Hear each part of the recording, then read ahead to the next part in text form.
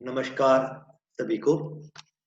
आज इस क्लास में हम प्लांट फिजियोलॉजी विषय का टॉपिक फोटोसिंथेसिस को हम कंटिन्यू करेंगे।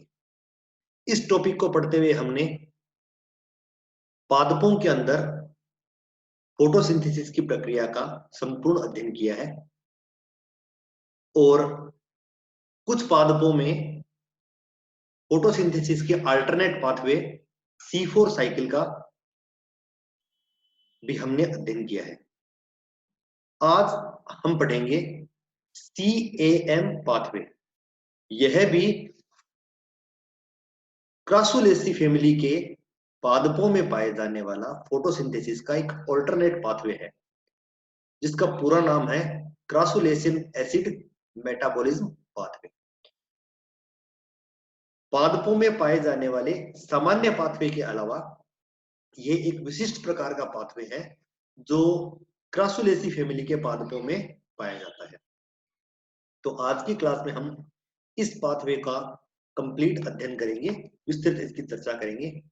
मैं दीपेंद्र सोलंकी आप सभी का ऑनलाइन क्लासेस में हार्दिक स्वागत और अभिनंदन करता हूं। चलिए शुरू करते हैं हम आज की क्लास। क्रासुलेशन एसिड मेटाबॉलिज्म, इसे शॉर्ट में हम CAM भी कहते हैं, जो परीक्षाओं के अंदर सामान्य रूप से पूछा जाने वाला प्रश्न है। अधिकांश पेपरों में यह प्रश्न पूछा जाता है CAM की फुल फॉर्म क्या है, या CAM पाथवे को पूरा डिटेल में समझाइए। तो यह पाथवे जो है सामान्यतया जो नॉन हेलोफाइटिक सुकुलेंट्स हैं, सुकुलेंट्स का मतलब होता है रेगिस्तानी आवास में पाए जाने वाले जो मांसल पौधे हैं, जो कि सामान्यतः नॉन हेलोफाइटिक मतलब जो लवणोद्भिद नहीं है, ऐसे पौधे जो कि मांसल पौधे हैं, या फिर सेमी सुकुलेंट प्लांट्स जो अर्ध मांसल पौधे हैं, इनके अंदर ये पाए जाने वाला एक विशेष प्रकार का पाथवे है। और इन पादपों के अंदर यह देखा गया कि इन पादपों के अंदर जो नाइट का समय होता है, जो रात्रि का समय होता है, इसके समय इनके जो ग्रीन शूट होते हैं, इसके अंदर एसिड कंटेंट बढ़ जाता है। यानी एसिडिटी जो है बढ़ती है रात्रि के समय, जो है इसमें एसिड कंटेंट बढ़ता है, जबकि दिन के समय इस एसिड कंटेंट की मात्रा में कमी आती है। तो वैज्ञानिकों ने सर्वप्रथम जो है इस चीज को नोटिस किया कि जो है सुकुलेंट प्लांट्स हैं, उन सुकुलेंट प्लांट्स के अंदर, मांसल पौधों के अंदर रात्रि के समय जो है एसिडिटी का लेवल बढ़ता है और दिन के समय जो है इस एसिड का लेवल घटता है। और सामान्यतः यह प्रक्रिया इनकी ग्रीन शूट में पाई जाती है, जो हरित भाग है वहां पर यह प्रक्रिया जो है देखने को मिलती है। और इस जो दैनिक परिवर्तन है, डायगोनल चेंजेस का मतलब जो दैनिक परिवर्तन है, पीरियोडिकल चेंजेस जो है, जो कि इनके एसिडिटी में हो रहा है, इससे सर्वप्रथम जो है क्रासुलेसी फैमिली के प्लांट ब्रायोफिलम के अंदर ऑब्जर्व किया गया था।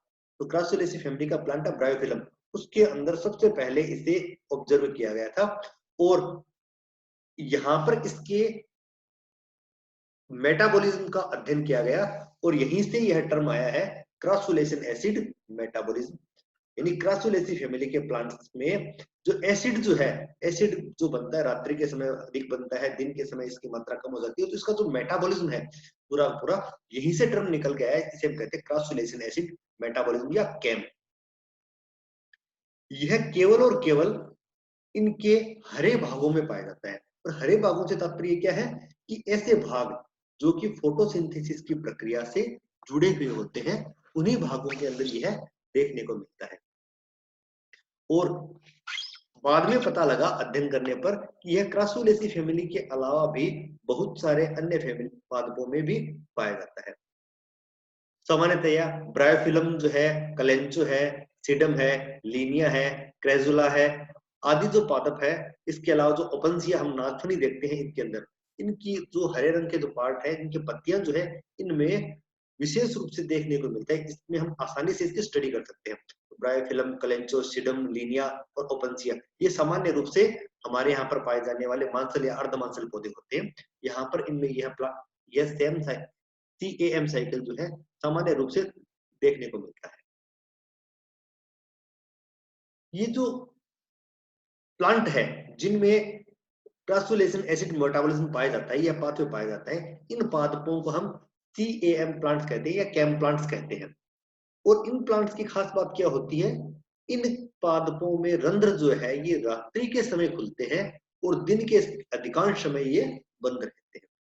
जबकि आपने पढ़ा है, जब हमने ट्रांसपायरेशन पढ़ा था, वाष्पोत्सर्जन, वहां पर हमने पढ़ा था कि अधिकांश पादपों के अंदर रंध्र दिन के समय खुले रहते हैं जबकि रात्रि के समय बंद होते हैं।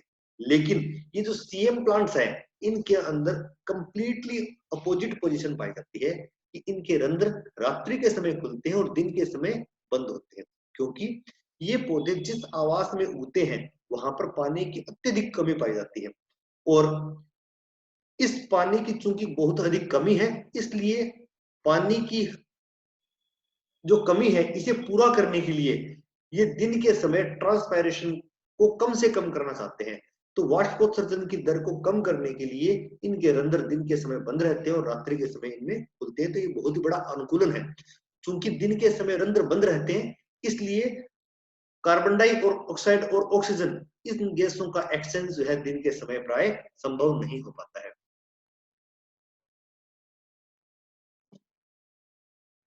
इन प्लांट्स में जब अध्ययन किया गया तब देखा गया कि इन प्लांट्स के अंदर जो एसिडिटी का जो लेवल है, उसके अंदर जो दैनिक रूप से जो परिवर्तन होते हैं, वह परिवर्तन किस एसिड की वजह से होता है, इसका जब अध्ययन किया गया तब पता लगा कि इनकी मेसोफिल सेल्स होती है, पत्तियों की जो मेसोफिल कोशिकाएं हैं, उनकी वैक्यूल्स के अंदर मैलिक एसिड कंटेंट जो है इसकी मात्रा में दैनिक रूप से परिवर्तन होता है। तो यहाँ पर देखा गया कि जो कैम प्लांट्स होते हैं, इनके अंदर वैक्यूल के अंदर जो मैलिक एसिड है उसके अमाउंट में दैनिक रूप से परिवर्तन होता है। अर्थात जिस एसिड की हम बात कर रहे हैं, क्रासुलेसिन एसिड की, वह एक्चुअल में मैलिक एसिड है, जो रात्रि के समय इसकी मात्रा बढ़ जाती है और दिन के समय इसकी मात्रा कम हो जाती है। अब यहाँ पर होता क्या है कि रात्रि के समय मैलिक अम्ल का संश्लेषण होता है और इसका संश्लेषण CO2 के फिक्सेशन के द्वारा होता है। कार्बन डाइऑक्साइड जो है इसका उपयोग किया जाता है और कार्बन डाइऑक्साइड का उपयोग करके, कार्बन डाइऑक्साइड का फिक्सेशन करके, इसका स्थिरीकरण करके मैलिक अम्ल का संश्लेषण रात्रि के समय होता है, जो कि इनकी वैक्यूल में इकट्ठा हो जाता है। ये बहुत ही इंपॉर्टेंट स्टेप है कि यहाँ पर कार्बन डाइऑक्साइड का स्थिरीकरण है, तो CO2 का जो फिक्सेशन है वह केवल और केवल रात्रि के समय होता है। और रात्रि के समय CO2 के फिक्सेशन से मैलिक अम्ल का निर्माण होता है, जो इनकी वैक्यूल में इकट्ठा हो जाता है। और जब दिन आता है, दिन के समय ये मैलिक अम्ल जो है इसका उपयोग कर लिया जाता है, जिससे कि दिन के समय एसिडिटी का लेवल क्या हो जाता है, कम हो जाता है। क्योंकि दिन के समय जब मैलिक अम्ल का उपयोग कर लिया जाएगा तो एसिड कंटेंट कम हो जाएगा, तो एसिडिटी उनकी बढ़ जाएगी। तो इस डायगोनल चेंजेस जो है इसके बारे में स्पष्ट रूप से बता दिया गया कि रात्रि के समय एसिड कंटेंट इसलिए बढ़ता है क्योंकि रात्रि के समय कार्बन डाइऑक्साइड के फिक्सेशन से मैलिक अम्ल का निर्माण होता है, जबकि दिन के समय उस मैलिक अम्ल का उपयोग कर लिया जाता है, इसलिए एसिडिटी का लेवल जो है कम हो जाता है। तो ये जो एसिडिटी का लेवल जो था क्रासुलेसी फैमिली के पादपों में, ये कंप्लीटली मैलिक अम्ल की सांद्रता पर निर्भर करता है। यहाँ पर हम केम पाथवे को एक सिंपल से डायग्राम के द्वारा समझने का प्रयास करेंगे। यह जो डायग्राम है ये रात्रि के समय का है, यह जो सिचुएशन है यह दिन के समय की सिचुएशन है। पहले बात करते हैं हम रात्रि के समय क्या होता है। तो जैसा कि हमने बात की थी कि रात्रि जो है, रात्रि के समय इनके स्टोमेटा ओपन रहते हैं। ये भूल से लिखा गया है, स्टोमेटा क्लोज नहीं, ये स्टोमेटा यहाँ पर ओपन है, तो इसे क्लोज पढ़ना है, इसे ओपन पढ़ना है। दिन के रात्रि के समय जो है इनके स्टोमेटा ओपन रहते हैं, और चूंकि स्टोमेटा ओपन है उस समय कार्बन डाइऑक्साइड जो है इन स्टोमेटा के थ्रू होकर अंदर प्रवेश करती है प्लांट के अंदर, और पत्ती के अंदर प्रवेश करने के बाद ये एक मेसोफिल सेल है। तो मेसोफिल सेल जो है इसके अंदर जब CO2 प्रवेश करती है तो यह बाइकार्बोनेट के रूप में प्रवेश करती है। CO2 जो है पानी के साथ मिलकर बाइकार्बोनेट बनाती है, तो बाइकार्बोनेट आयन के रूप में CO2 जो है मेसोफिल कोशिका के अंदर प्रवेश करती है। ये कार्य रात्रि के समय हो रहा है कि रात्रि के समय रंध्र खुले हुए हैं और खुले हुए रंध्रों से CO2 जो है अंदर प्रवेश करती है, और अंतराकोशिकीय अवकाशों के अंदर जो CO2 उपस्थित है यह मेसोफिल कोशिकाओं में बाइकार्बोनेट के रूप में प्रवेश करती है। अब इस CO2 का जो प्रथम ग्राही है वह होता है मेसोफिल कोशिका में फोस्फोइनोल पायरुवेट पीईपी। यही आपने पढ़ा था C4 पादपों में। C4 पादपों के अंदर भी CO2 ग्राही फोस्फोइनोल पायरुवेट था, जो कि 3 कार्बन युक्त पदार्थ होता है। सेम इसी प्रकार CM पाथवे जिन प्लांट्स में पाया जाता है, वहां पर भी फोस्फोइनोल पायरुवेट यही इनका ग्राही पदार्थ होता है। तो फोस्फोइनोल पायरुवेट बाइकार्बोनेट आयनों के साथ मिलकर ऑक्जेलो एसिटिक अम्ल एसिड का निर्माण करता है। यह भी एक 4 कार्बन युक्त स्थायी पदार्थ होता है। तो C4 पादपों में और केम पादप सीएम पादप दोनों के अंदर ही CO2 के स्थिरीकरण के उपरांत बनने वाला प्रथम स्थायी उत्पाद जो होता है वह ऑक्जेलो एसिटिक एसिड होता है, जो कि 4 कार्बन युक्त होता है। अब यह ऑक्जेलो एसिटिक एसिड जो है, यह अपचायक शक्ति का प्रयोग करते हुए NADH का उपयोग करते हुए यह मेलेट के अंदर कन्वर्ट हो जाता है। तो ऑक्जेलो एसिटिक एसिड जो है, इसके द्वारा मेलेट का निर्माण होता है और यह मेलेट जो है इस मेसोफिल कोशिका की वैक्यूल के अंदर प्रवेश कर जाता है और वैक्यूल में प्रवेश करके यह मैलिक अम्ल के रूप में संचित हो जाता है। जैसा कि हम बात कर रहे थे कि रात्रि के समय जो है इसमें CO2 के स्थिरीकरण से मैलिक अम्ल का निर्माण होता है, जो इस प्लांट की जो मेसोफिल कोशिकाएं हैं उस मेसोफिल कोशिकाओं के वैक्यूल में संग्रहित हो जाता है। अब बात आती है कि ये पीईपी कहां से आता है। तो पीईपी हमें प्राप्त होता है इस कोशिका के क्लोरोप्लास्ट से। कोशिका जो क्लोरोप्लास्ट है या हरित लवक जो है, इस हरित लवक के अंदर बनता है स्टार्च उपस्थित होता है। स्टार्च जो है, और इस स्टार्च जब कोशिका से के अंदर आता है, क्लोरोप्लास्ट से निकल कोशिका में आता है, तो इस स्टार्च के अणुओं के विखंडन के द्वारा जो है फाइनली फोस्फोइनोल पायरुवेट जो है इसका निर्माण होता है। क्योंकि स्टार्च विखंडित होकर ग्लूकोज का निर्माण करता है और ग्लूकोज फाइनली यहाँ पर फोस्फोइनोल पायरुवेट बनाता है ग्लाइकोलाइसिस के द्वारा। तो ग्लाइकोलाइसिस के उपरांत के दौरान पीईपी का निर्माण होता है।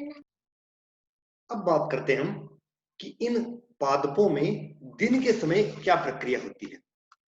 तो दिन के समय अगर बात करें तो दिन के समय इन पादपों में रंध्र बंद होते हैं। और चूंकि रंध्र बंद है इसलिए कार्बन डाइऑक्साइड जो है यह वायुमंडल से पादप के अंदर प्रवेश नहीं करती है, क्योंकि दिन के समय रंध्र बंद होने से पादप को एक फायदा यह होता है कि ट्रांसपायरेशन कम होता है। इसलिए ये जो पानी के जो मॉलिक्यूल है ये ट्रांसपायरेशन के द्वारा यह बाहर विसरित नहीं होते हैं, इससे ट्रांसपायरेशन द्वारा जल की हानि नहीं होती है। तो दिन के समय वाष्पोत्सर्जन को रोकने के लिए इन पादपों में दिन के समय रंध्र बंद होते हैं, लेकिन इसके साथ साथ कार्बन डाइऑक्साइड भी प्रवेश नहीं करती है। लेकिन फोटोसिंथेसिस की प्रक्रिया कब होती है। फोटोसिंथेसिस की प्रक्रिया जो है दिन के समय सूर्य के प्रकाश में होती है। अब इन पादपों ने क्या किया है कि दिन के समय यह मैलिक अम्ल जो वैक्यूल में संग्रहित हुआ था, यह मैलिक अम्ल दिन के समय इन वैक्यूल से बाहर आता है कोशिका के साइटोप्लाज्म, और साइटोप्लाज्म में आकर इस मैलेट जो है यह पुनः पायरुवेट और कार्बन डाइऑक्साइड का निर्माण करता है। अब ये जो पायरुवेट और कार्बन डाइऑक्साइड बनती है, यह कार्बन डाइऑक्साइड प्रवेश करती है क्लोरोप्लास्ट में, और क्लोरोप्लास्ट में केल्विन साइकिल या C3 साइकिल के द्वारा इसका स्थिरीकरण किया जाता है और फाइनली स्टार्च का निर्माण होता है। और यह जो पायरुवेट बनता है यह भी फाइनली ग्लूकोज का और स्टार्च का निर्माण करता है। तो इस प्रकार दिन के समय ये पादप जो है केल्विन साइकिल के द्वारा कार्बोहाइड्रेट का संश्लेषण करते हैं, लेकिन इन्हें CO2 अब वायुमंडल से प्राप्त नहीं होती है, बल्कि जो रात्रि के समय जो मैलिक अम्ल बना था इस मैलिक अम्ल से CO2 मुक्त होती है और इस CO2 का उपयोग करते हैं ये केल्विन साइकिल के अंदर। तो ये CAM प्लांट्स जो है इनके अंदर इस प्रकार की व्यवस्था पाई जाती है कि दिन के समय इनके रंध्र बंद रहते हैं, रात्रि के समय रंध्र खुलते हैं, और इसलिए जब रात्रि के समय रंध्र खुलते हैं उसी समय ये CO2 का फिक्सेशन करते हैं और CO2 का फिक्सेशन करके मैलिक अम्ल का निर्माण करते हैं जो इनकी वैक्यूल में संग्रहित रहता है। और जब दिन के समय पर्याप्त सूर्य का प्रकाश होता है उस समय ये फोटोसिंथेसिस करने के लिए, कार्बोहाइड्रेट का संश्लेषण करने के लिए ये मैलिक अम्ल पुनः CO2 को मुक्त करता है और इस मुक्त CO2 से क्लोरोप्लास्ट के अंदर फोटोसिंथेसिस की प्रक्रिया के द्वारा कार्बोहाइड्रेट का संश्लेषण होता है। तो ये बहुत बड़ा अनुकूलन है जो CAM पादपों में पाया जाता है। और इस प्रक्रिया के द्वारा ट्रांसपायरेशन की प्रक्रिया को रोकने में काफी हद तक सफल भी होते हैं। तो यहाँ पर हम तीनों प्रकार के जो पाथवे हैं, इन पाथवे को एक बार कंपेयर कर लेते हैं। C3 पादप जो सामान्य प्रकार के पादप है, यहाँ पर कार्बन डाइऑक्साइड को फिक्स करने का काम जिस एंजाइम से किया जाता है उसे हम कहते हैं रूबिस्को। जैसा कि हमने बात की थी, रूबिस्को एंजाइम जो है यह कार्बन डाइऑक्साइड के फिक्सेशन के लिए रिस्पॉन्सिबल होता है, और इसके फिक्सेशन के उपरांत जो प्रथम स्थायी उत्पाद बनता है वह 3 कार्बन युक्त 3-फॉस्फोग्लिसरिक एसिड होता है, जो कि C3 पादप है, राइस है, व्हीट है, सभी प्रकार के वृक्ष जो है ये C3 पादप है। इन पादपों में कार्बन डाइऑक्साइड जो है इसका फिक्सेशन मेसोफिल कोशिकाओं में किया जाता है और केल्विन साइकिल के द्वारा ही किया जाता है, और इससे ग्लूकोज का संश्लेषण होता है। लेकिन दूसरे पादप है C4 पादप। ये पादप फोटो रेस्पिरेशन को कम करने के लिए, प्रकाश श्वसन को कम करने के लिए, लाइट रिएक्शन और डार्क रिएक्शन दोनों प्रकार की रिएक्शन जो अलग अलग कोशिकाओं में संपन्न होती है। तो ये पादप जब कार्बन डाइऑक्साइड को फिक्स करते हैं तो पहला स्थायी उत्पाद बनता है ऑक्जेलो एसिटिक एसिड, जो कि 4 कार्बन युक्त होता है, और इसको काम करने के लिए इसके लिए रूबिस्को जो है यहाँ पर भाग नहीं लेता है। इसके एग्जाम्पल है कॉर्न है, सुगर केन है, विभिन्न प्रकार की ग्रासेस है, ये सभी इसके एग्जाम्पल है। तो इन पादपों में CO2 का फिक्सेशन होता है मेसोफिल कोशिकाओं में, और 4 कार्बन युक्त ऑक्जेलो एसिटेट का निर्माण होता है, और इस ऑक्जेलो एसिटेट से मुक्त CO2 जो है इससे द्वारा के बंडल शीत कोशिकाओं में कार्बोहाइड्रेट का संश्लेषण होता है। तो यानी मेसोफिल कोशिकाओं में कार्बन डाइऑक्साइड का फिक्सेशन होता है, और इस ऑक्जेलो एसिटेट से CO2 मुक्त जो होती है इससे बंडल शीत में कार्बोहाइड्रेट का संश्लेषण होता है। तीसरे प्रकार के पादप आपने देखे CAM प्लांट्स।